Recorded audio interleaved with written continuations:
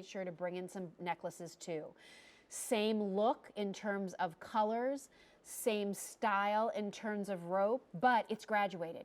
So it's bold and chunky to about the same gauge of the bracelet in the front, but it tapers in the back, so it's a little more comfortable. 2 different lengths available here, 18 or 20 inches, and over 4,000 of these have been ordered today. Why did you think it was important to do a necklace too, David? Well, I think the rope has a different story altogether. Like the Rolo that kind of sticks off the neckline, which I feel is so important, this rope with its graduation also tells a statement.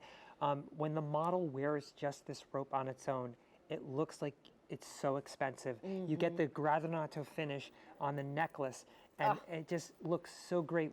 Depending on what neckline you have, it just looks so simple on its own, but yet so tailored and upscale. It's beautiful. I mean, it's really something that I feel would be in a very high-end jewelry store that you would find, and you would never expect on the necklace that it would be under $100. There's over 70 grams, and I know that doesn't mean anything when you're talking about the Bronzo Italia, but just to show the weight of it. Yes, it does. You know what? I disagree with you, because it may not be the value that people equate with gold, with this many grams and this the price, but just thinking that there's 70 grams of metal in this necklace, that's a lot. It is when a was lot. the last time you heard us talk about that much metal in a necklace in silver? Yeah. Let alone gold. So You just I couldn't think to do it that without- point, I think that's really important. To me, as a customer, that's really important to know, like, hey, 70 grams in that necklace, it is going to be solid. It is going to be beefy. It is going to be heavy. It is going to hold up, you know? That, I think, is really, really important. So I'm glad you shared that little tidbit.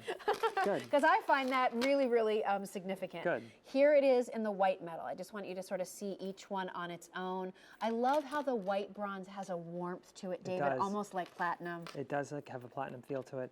And there's, by the way, in the graduation, there's 5 different links, size links that you have to put together, because the graduation starts with smaller links than the next size, then you get to the big size, and then the next size, and the next size. So that's how a graduated necklace is put together by hand. And not easy to keep the sort of fluidity and everything when you're trying to incorporate all of that into the mix. And then finally, here's the yellow gold, everybody, or the gold bronze, I should say. It's so hard to remember. Look, I know, isn't it?